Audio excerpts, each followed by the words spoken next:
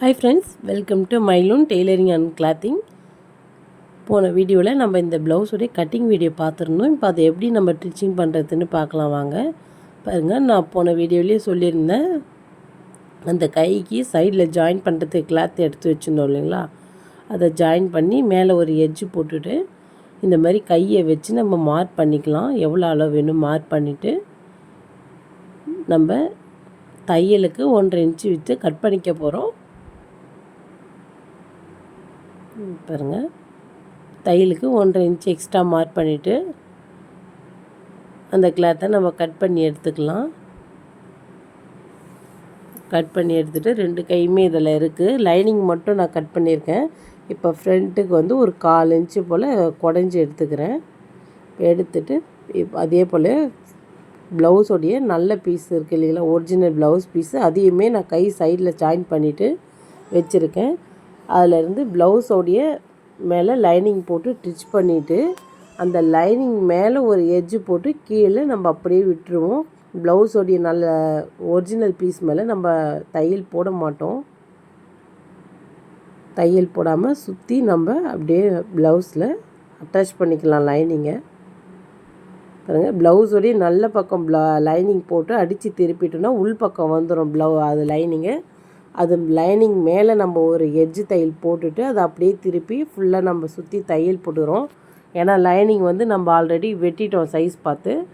2 கைக்குமே நம்ம இந்த மாதிரி இது பண்ணி எடுத்துக்கலாம். நான் ஒவ்வொரு கைக்குமே காமிச்சின்னா வீடியோ ரொம்ப லாங்காக போகும். இப்போ பேக் பீஸ் எடுத்துகிட்டு பாருங்கள், பேக் பீஸில் நம்ம லைனிங்கில் நெக்கு கட் பண்ணிட்டோம். அதே போல் நம்ம இதுவில் கட் பண்ணல, ப்ளவுஸ் பீஸில் லைனிங் கட் பண்ணாமல் அப்படியே நம்ம ஸ்டிச் பண்ணிக்கலாம். பாருங்கள்,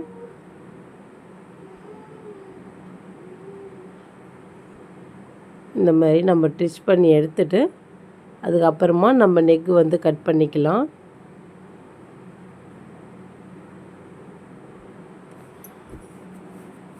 கட் பண்ணிவிட்டு கிராஸில் ஒரு அர்க்காத்து கொடுத்துக்கலாம் ஃபுல்லாக. அப்போ தான் அந்த ஷேப் வந்து நம்மளுக்கு அழகாக வரும்.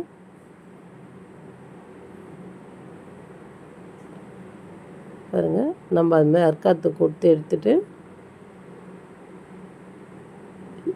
இதுலேயும் வந்து நம்ம லைனிங்க்கு பார்த்தீங்களா, லைனிங் மேலே தான் எட்ஜு போடுறோம். ஒரிஜினல் பீஸ் மேலே எட்ஜு போடல, ப்ளவுஸ் பீஸ் மேலே. அதே போல் நம்ம கீழே தைச்ச பிசுறு வந்து லைனிங்க்குள்ளே வரணும். லைனிங் தையல் போடுறோம் இல்லைங்களா, அந்த சைடு அந்த பிசுறு வரணும். அப்போ தான் அந்த திக்னஸ் வரும், நெக்கும் நம்மளுக்கு திரும்பாமல் வரும். இதை அயன் பண்ணிட்டோனாலுமே போதும், நம்மளுக்கு அந்த நெக்கு எம்மிங் பண்ணுவோம் இல்லைங்களா, அந்த ஒரு லுக்கு வந்துடும். தையல் மேலே சுத்தமாக வராது, நல்லாயிருக்கும் பார்க்க. கீழேவும் நம்ம அந்த மாதிரி தான் பண்ண போகிறோம். இப்போலையும் தையல் போட போகிறதில்ல. இந்த ப்ளவுஸ் வந்து ஒரு காலேஜ் படிக்கிற பாப்பாவுக்கு தான் பண்ணுறது நான். இந்த பாருங்கள், இந்த மாதிரி கீழே வந்து 1.5 இன்ச்சுக்கு நம்ம இது கொடுக்கணும்னா அந்த 1.5 இன்ச்சுக்கும் 1 இன்ச்சு கொடுக்கணும். எவ்வளோ இன்ச்சு நம்ம கொடுத்துக்கிறோமோ அந்த அதுக்கு வந்து ஒரு தையல் போட்டு இப்படி அப்படியே நம்ம உள்ளே கை கொடுத்து இப்படி திருப்பிக்கலாம். இந்த பாருங்கள், கேப் வருது இல்லைங்களா, அதுக்குள்ளே கை கொடுத்து இப்படி திருப்பிட்டோன்னா இப்போ பாருங்கள் அப்படியே மேலே நல்ல பக்கம் வந்துடும். நம்ம இப்போ வந்து அந்த கேப் வந்து அந்த ப்ளவுஸில் இருக்க அளவே இருக்கான்னு பார்த்துக்கலாம். இப்போ மறுபடியும் இதிலையுமே நம்ம லைனிங்கில் ஒரு எட்ஜு தையல் போட்டுக்கிறோம். ஏன்னா நம்ம ப்ளவுஸில் தையல் மேலே வராமல் இன்விசிபிளாக தையல் இருக்க மாதிரி தான் நம்ம தைக்கிறோம். அதனால் இது வந்து ப்ளவுஸோடைய பேக் சைடு வந்து 3 இன்ச்சு தான் வரும். அதனால் நம்மளால் ஃபுல்லாக கன்சல்ட்டாக தையல் போட முடியல.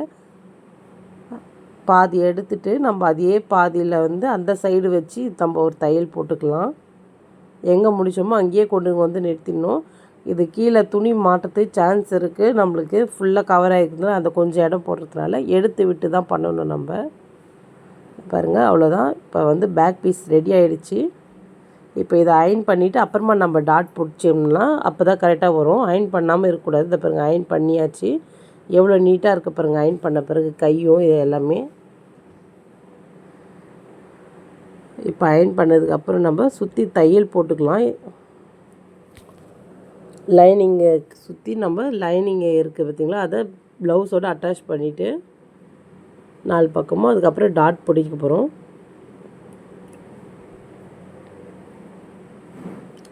டாட் வந்து கரெக்டாக நம்மளுக்கு ஷோல்டர்லேருந்து நம்ம பிடிக்கலாம். அப்படி இல்லைன்னா நம்ம இந்த மாதிரி ரெடி அளவுலேருந்து பாதி அப்படியே இது பண்ணிட்டோன்னா அதிலேருந்து கூட டாட் பிடிச்சிக்கலாம்.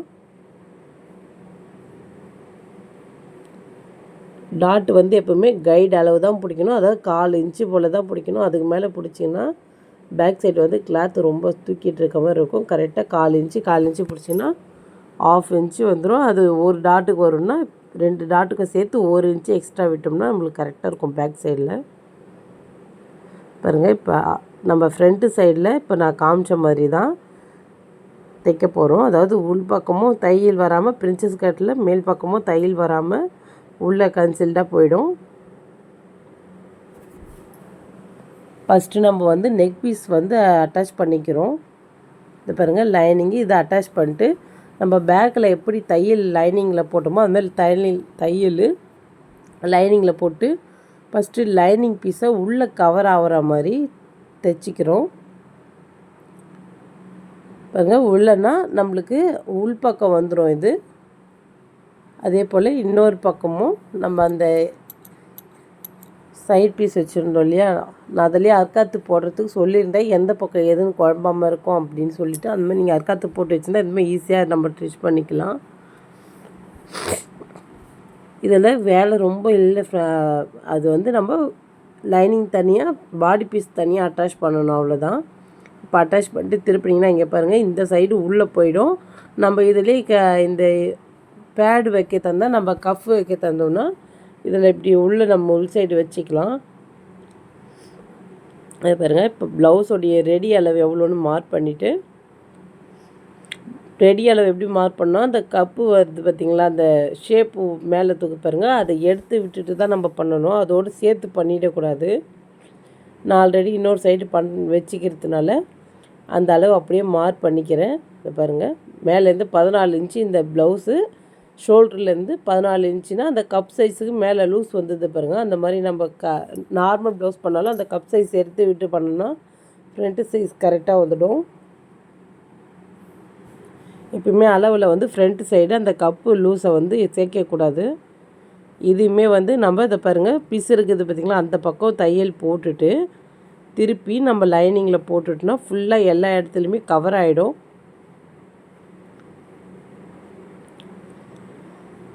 இதுலேயும் நம்ம மேலே தையல் போட போகிறதில்ல. மெயினாக இதில் எல்லாத்தையுமே நம்ம வந்து நெக் லைன்னு அந்த கீழெல்லாம் ஃபினிஷ் பண்ண உடனே நம்ம அயன் பண்ணிக்கணும். அயன் பண்ணிட்டா தான் அதோடைய லுக் வந்து நீட்டாக கிடைக்கும் நம்மளுக்கு.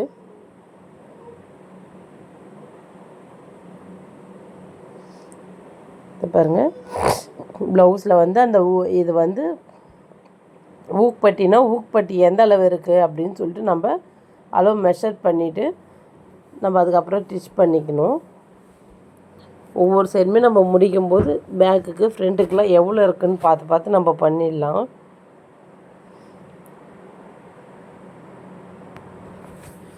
இப்போ ஐப்பட்டியும் ஊக்குப்பட்டியும் வைக்கணும். பாருங்கள், ஐப்பட்டி வைக்கிறதுக்கு ஃபஸ்ட்டு நான் கீழே இந்த பக்கம் வச்சுட்டு மேலவும் திருப்பிடும். இதில் ஐப்பட்டி ஊக்குப்பட்டி எல்லாமே நார்மலாக தான் வைக்க போகிறோம்.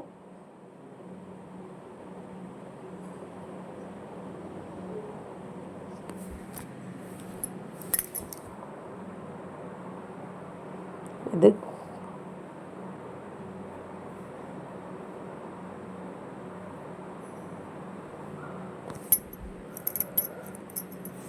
ஊக்குப்பட்டி வச்சுட்டு இப்போ வந்து இந்த சைடு நம்ம ஐப்பட்டி வச்சுக்கிறோம்.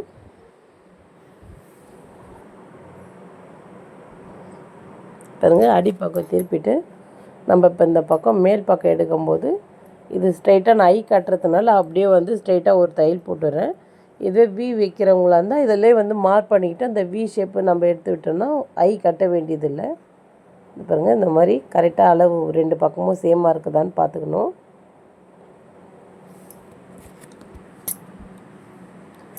இப்போ வந்து நான் தையல் வந்து ஷோல்டர்லேருந்து கொஞ்சம் தையல் வந்து விட்டுட்டு பண்ணிடணும். அதனால் அதை அப்படியே சேர்த்து போட்டுட்டேன்.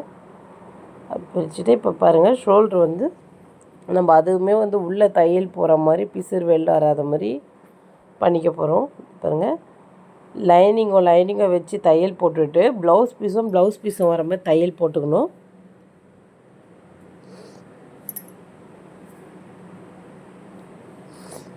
இந்த மாதிரி நம்ம பண்ணிவிட்டு அப்படியே திருப்பிட்டோன்னா பாருங்கள், இதுவும் வந்து தையல் உள்ளே போயிடும்.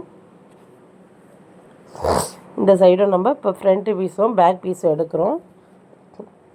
இப்படி போட்டு நம்ம இது பாருங்கள், அப்படியே இப்படி திருப்பிட்டு லைனிங் வந்துடும் நம்மளுக்கு. இப்போ ஒரிஜினல் பீஸ் அப்படியே வந்து ஒரு தையல் போட்டுக்கலாம். இப்படி போட்ட பிறகு பாருங்கள், அப்படியே இப்படி திருப்பிட்டோன்னா உள்ளே போயிடும். இப்போ நம்ம அந்த கேப் இருக்குதுங்களா, அதில் தையல் போட்டுக்கலாம் கொஞ்சம். இப்போ நம்ம ஆல்ரெடி ஸ்லீவ் ரெடி பண்ணி வச்சதுனால இப்போ அப்படியே ஸ்லீவ் அட்டாச் பண்ணுற போகிறோம். ஸ்லீவ் அட்டாச்சுக்கும் சைட் ஜாயின்க்கும் மட்டும் நம்ம ஓவர்லாக் போட்டால் போதும். இந்த இதுக்கு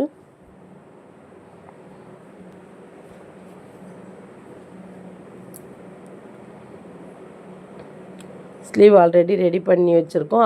சென்டர் அர்க்காத்து போட்டு வச்சுக்கிறதுனால அந்த அர்க்காத்துலேருந்து ஷோல்டர் ஜாயின்லேருந்து நம்ம கரெக்டாக மார்க் பண்ணி பார்த்துக்கணும், அளவு கரெக்டாக இருக்கான்னு பார்த்துட்டு அப்படியே நம்ம கை இப்படி கொஞ்சம் கொஞ்சமாக ஜாயின் பண்ணிக்கலாம். நம்ம கை ஜாயின் பண்ணும்போது நம்ம கையை கண்டிப்பாக இழுத்துடவே கூடாது. கொஞ்சம் கூட நம்ம கையை கொஞ்சம் இழுத்தோன்னா கூட நம்மளுக்கு வந்து ஷோல்ட்ரு லூஸ் ஆகும். இன்னொரு தையலுமே நம்ம கையில் போட்டுட்டு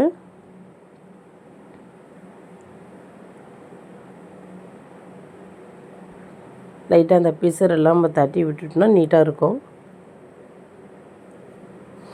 பாருங்கள், ப்ளவுஸோடைய கை அளவு மார்க் பண்ணிவிட்டு ஃபஸ்ட்டு அந்த சைடு ஜாயின் பண்ணி விட்டுருவேன் நான். ஒரு சிலர் வந்து 2 சைடுமே கை அட்டாச் பண்ணிட்டு கூட ஜாயின் பண்ணுவீங்க, அந்த மாதிரியே பண்ணிக்கலாம்.